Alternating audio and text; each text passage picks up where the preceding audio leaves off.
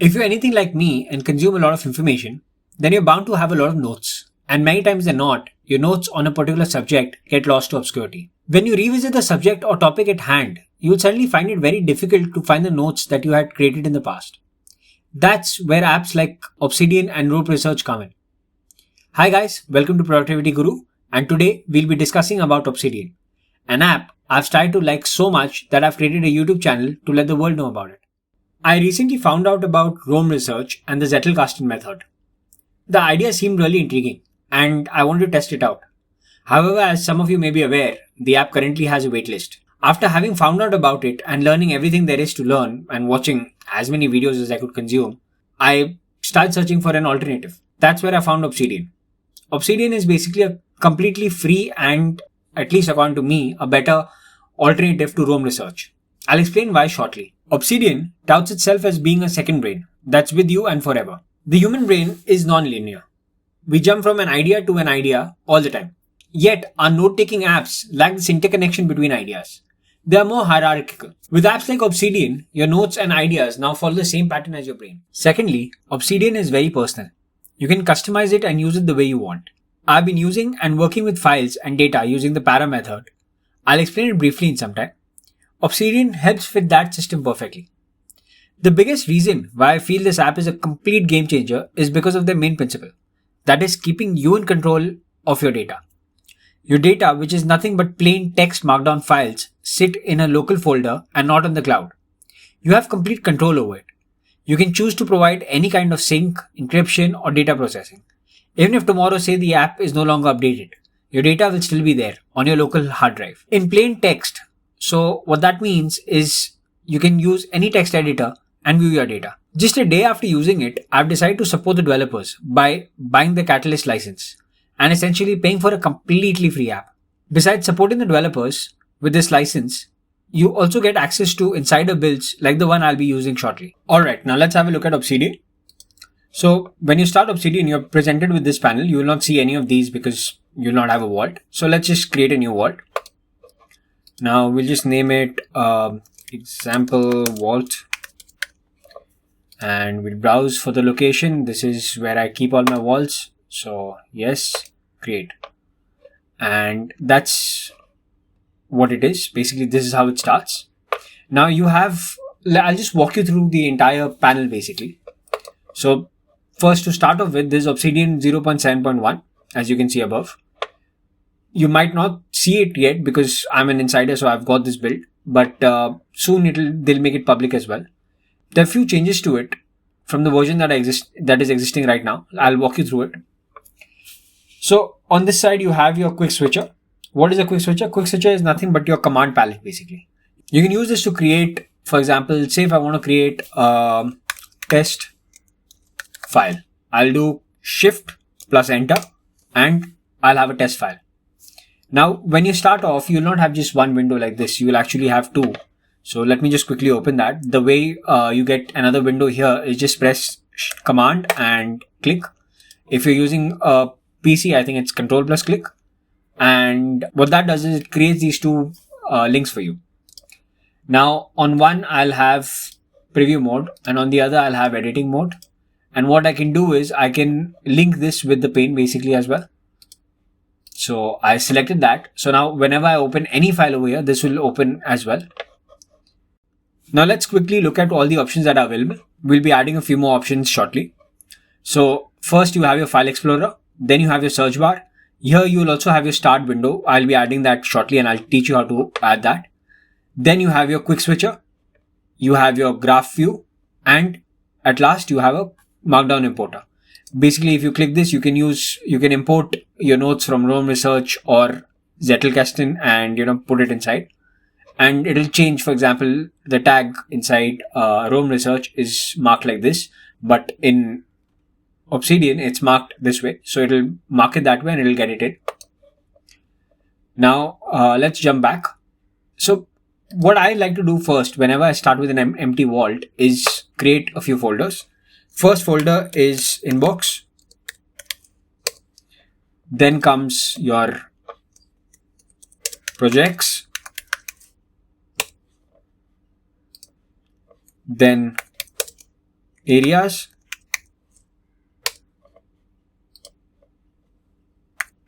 third is your resources, and in the end, archive.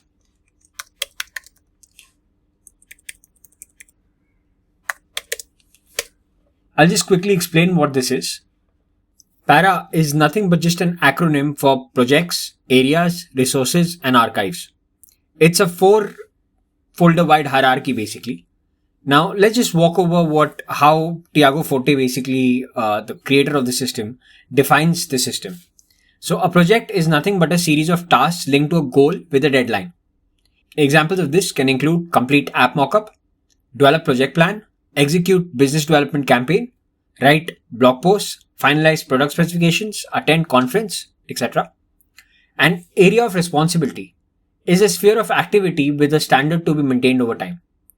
So what this means is anything like your health, your finances, professional development, travel, hobbies, friends, apartments, car, productivity, diet reports, product development, writing, anything that is basically personal to you that you want to concentrate on is an area of responsibility.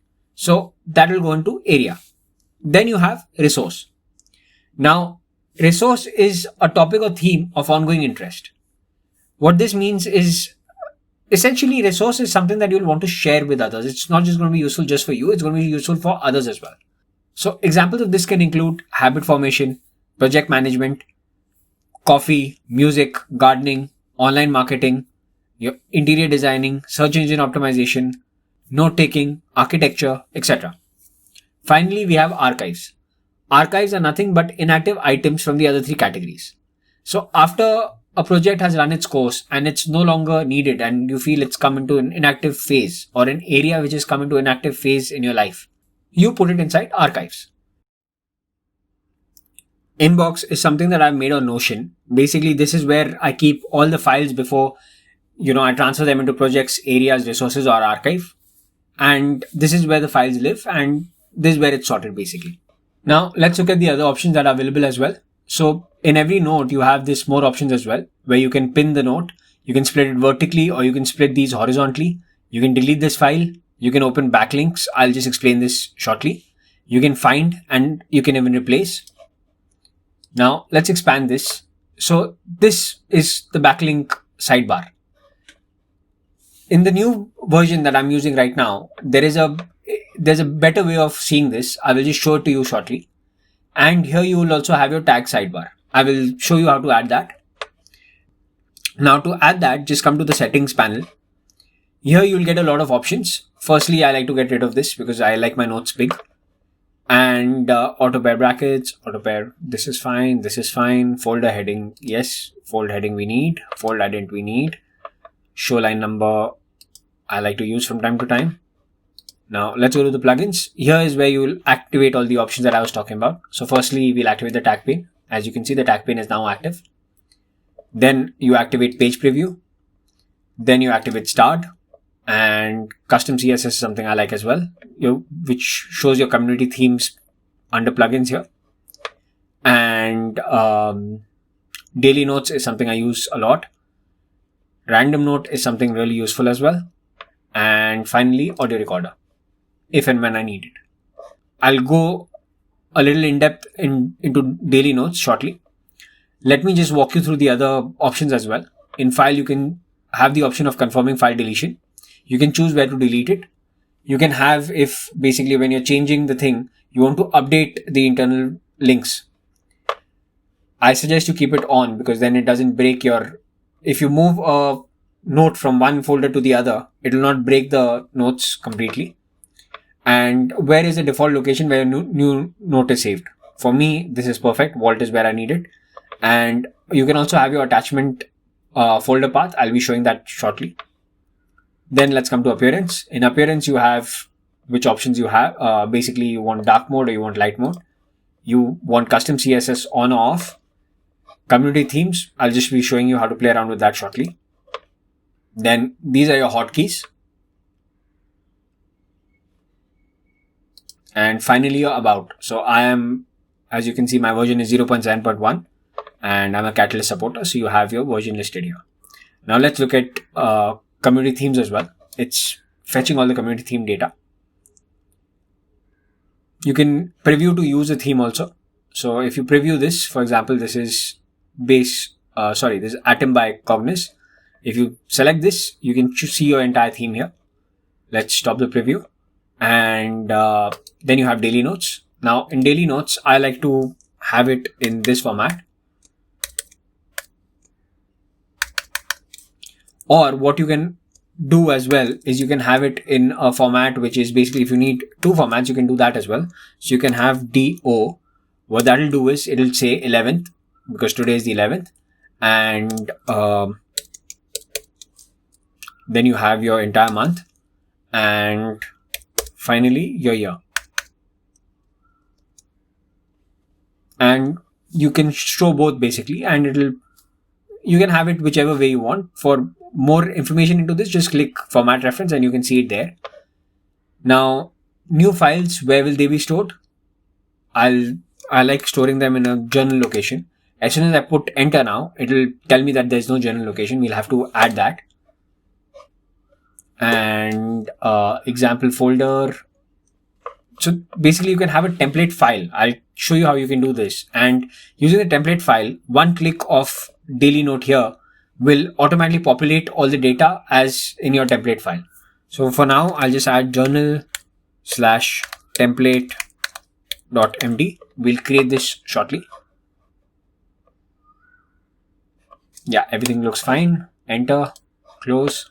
Now, if you see, if I go and click today's note, it'll say failed to create note, folder journal not found. So what that means is obviously I've not created a journal folder. You create the journal folder, and now as soon as I click open note, again, it's not found a template MD. So let me really quickly grab the template and get it back inside. So now let me just save the file, and inside journal, I'm selecting journal and create a new file. We'll call it template. Now I'll just paste it here, and this is just a normal template that I like to use and work with. So this is my version of a daily journal that I like, taking down, and I'll just walk you through it. But first, let me just enter the day. So I'm using text expander to quickly get the day, and that's there on the top. Now I can see what my sleep hours were. How much did I sleep? What was my quality of sleep? How much of it was deep sleep? How much did I work? In the morning when I wake up, I like to fill this. What am I grateful for? What could make today greater? Then what meals I've had? How many coffees I've taken? Now, task is something that I put here, but essentially very major points and major bullets is what I put here, because tasks can get a little cumbersome to keep putting really quickly if you want to, quickly take things down. For that, I use things 3. And notes about how the day has gone, significant day events basically that happened in the day. And you have your night procedure basically. Your night procedure consists of what happened, amazing things that happened today. How could I have made it better? 3 things I fill in. And what were the things I bought today? So for this example, this is a great example actually to put. So let's just say Obsidian Catalyst license. I spent $50 on it. And I'll just tag this because I want to keep a note of all the things that I'm spending on. So as soon as I create this hashtag spent, I have all my spent, as soon as I click this, anything and everything where I have used spent, right? Where I have spent money, I can quickly see and I can transfer that to You Need a Budget, basically another app that I use. Now I like to do one more thing. So how did I spend this money? I spent it using credit card, right? So I'll just type credit card. Now this is where it really starts to shine. You might be familiar with this bidirectional linking concept, but this was something completely new to me, and it has completely opened up a world of possibilities for me. So I'll just highlight it and I'll quickly add 2 brackets. Now, when you come here, it says it's not created yet. So what does that mean? As soon as I click here, it will be created automatically. This is a file that has come in. Let me just go back to file folder and you can see credit card exists here now, right? This is a file which has come in. Let me quickly drop journal inside journal. Otherwise, today's note will keep finding it. Anyways, this is something that has quickly come in and it is something that I can find here. Now, what happens here? How does this interlinking work? So from version 0.7.0 onwards, they have this side panel for every text file that you're working with basically. So what that means is I just click more options and open backlink. Now to open backlink, if I click open backlink, it'll open it right below. And I can see that under the template folder, I had Obsidian spent $50, right? Now, ideally, I wouldn't want to put this in a template folder, so I'll just get rid of it because it was supposed to be for today's note. So we'll just have it like that. We'll get rid of the day as well. And that's it. That's all there is to it. That's all that we'll do with template. And now we'll just click on open today's note. As soon as we click on it, you see it's auto-populated it based on the format that we provided earlier. Now I'll just put day. Again, I'm using text expander to quickly expand it. In bot, I will just have this. I've just copy pasted it. And now that I've pasted it and I come down, click on credit card, it's directly taken me here and shows me that on today's day, I had put this information, right? Now, anywhere where you have the word credit card mentioned like this together, you will have your unlinked mentions here and you can quickly link them and connect them. I'll be showing you this in more detail in a populated file or in the help file. But for now, this is how it works. It's a very, very, very significant feature. Let's quickly click help and understand this in more detail. So as soon as you click help, you have a standard vault that is basically created by Obsidian for helping you understand this in more detail basically. So for example, if you don't understand Markdown, right, you can click Markdown and it'll show you how this entire language basically works. And images inside, how to put links inside, how to put block quotes inside, how to put inline code, how you can have code blocks, task lists, everything basically. Now let's walk through all the options again. Let's go back over here for a second. Now, if you open today's note, it'll obviously take you back to today's note. Here you can fill in all the information as and how you require and it'll be populated here. Template will stay as is because this is, as soon as I make any change to template, if I click again on open today's note and say this note is not existing, it'll make that change to the template. Let's go to credit card again. Let's just click create some random data inside. So hash, this is a test. This is heading 1 basically. And let's just link it to file. Test file basically. Again, a simple way of doing it is just highlight it and add 2 brackets. That's it. Now, as soon as you click over here, it will take you directly to test file.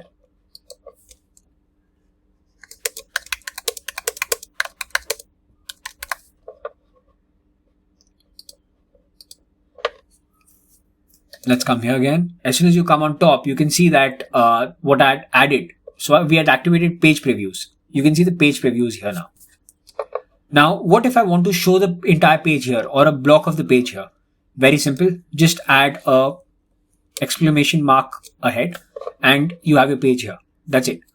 Now, if I want to add a particular section of the page, like say, for example, let's just copy this and put it in test file.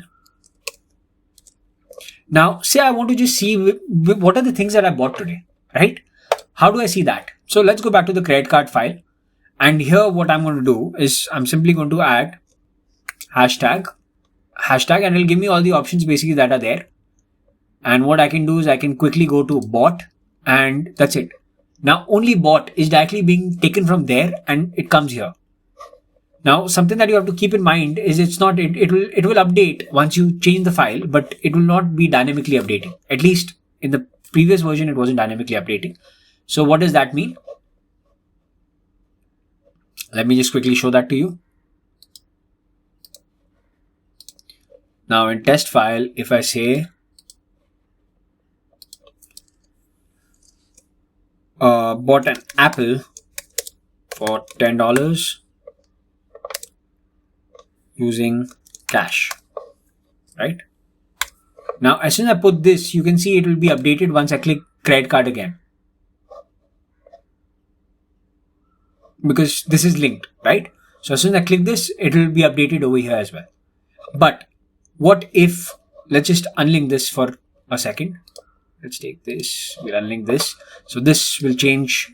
Now we can change with this. And let's just add, let's convert this also to preview mode. And we'll just add, say, bought a Ferrari for $100,000.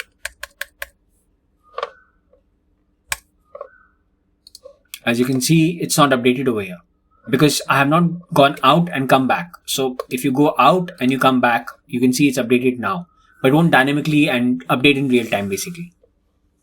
So that is something you need to be careful of.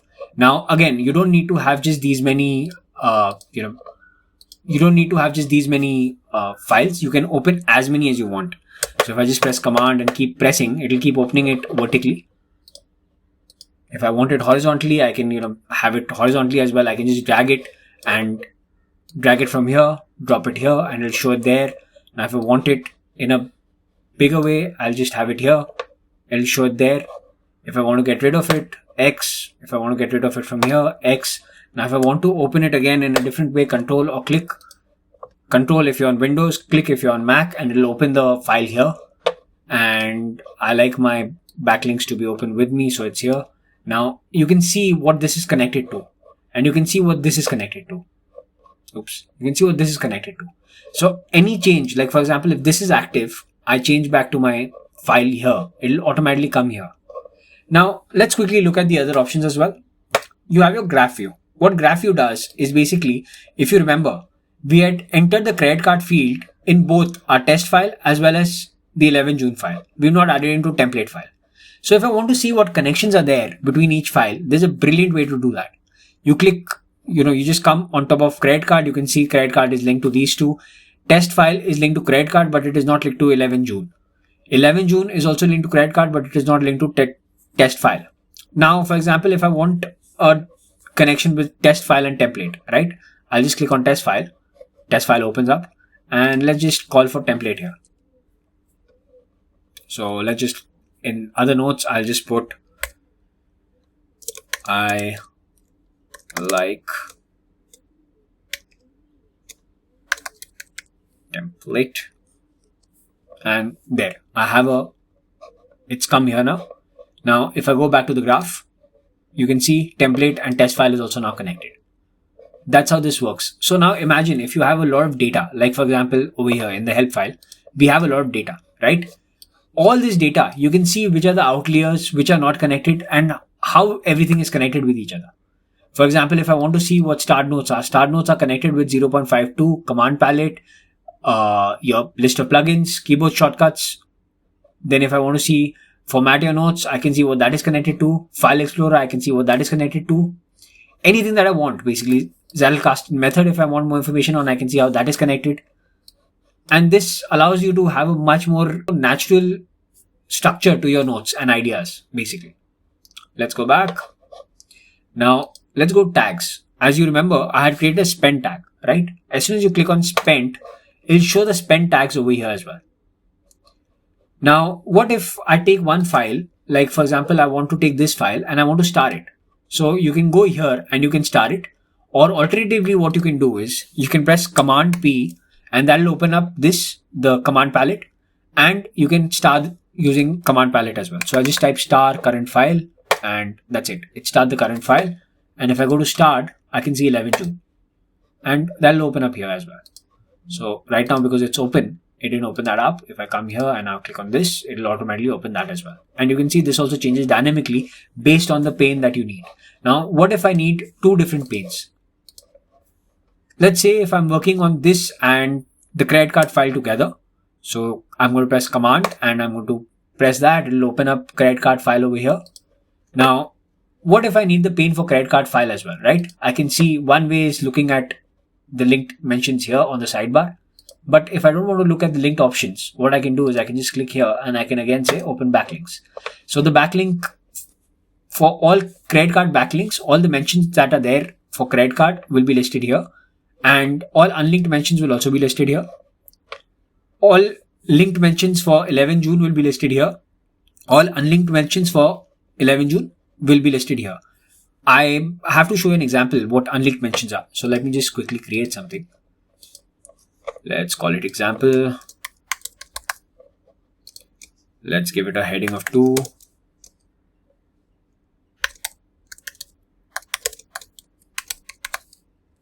Oops.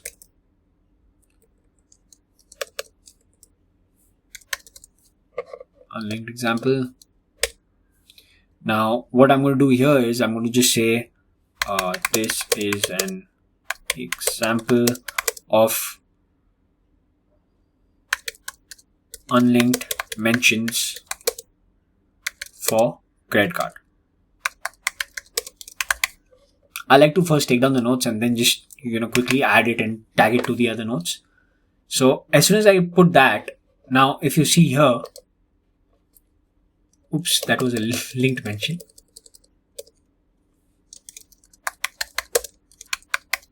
This is an unlinked mention. So as soon as I put that, now as you can see, it quickly shows that there is an unlinked mention of credit card over here. What does this do? If I click on link over here, now notice what will happen here. As soon as I click on link, it will link that mention over here. So that can also be seen here. So you have everything basically interconnected to this that is now linked to that. So let's look at the other options that are there. You have your graph view as we've gone over. You have your markdown importer as I had shown earlier. You have today's note as I have shown you. Then you have random note. Clicking this will open up any random note. This is very good if you have a lot of notes and you want to get back into, if you want to see notes again, you want to again review them and you want to make them into a concise and a better version. This is what you use for that. I'm sorry for being all over the place and making such a long video. But as you can see, there is a lot to cover in the software. And we can actually make a complete series around it. This just goes to show how powerful this software is. I'll be making a video later to explain how to use and sync data between your computers using Dropbox and how to get end-to-end encryption with Obsidian. This channel exists because a few of my friends who I recommended Obsidian to were having trouble understanding what Obsidian is and requested if I can make a video to better explain it. It was one of them only who suggested the channel name, in fact. If you found this video helpful, then please like this video and subscribe to this channel.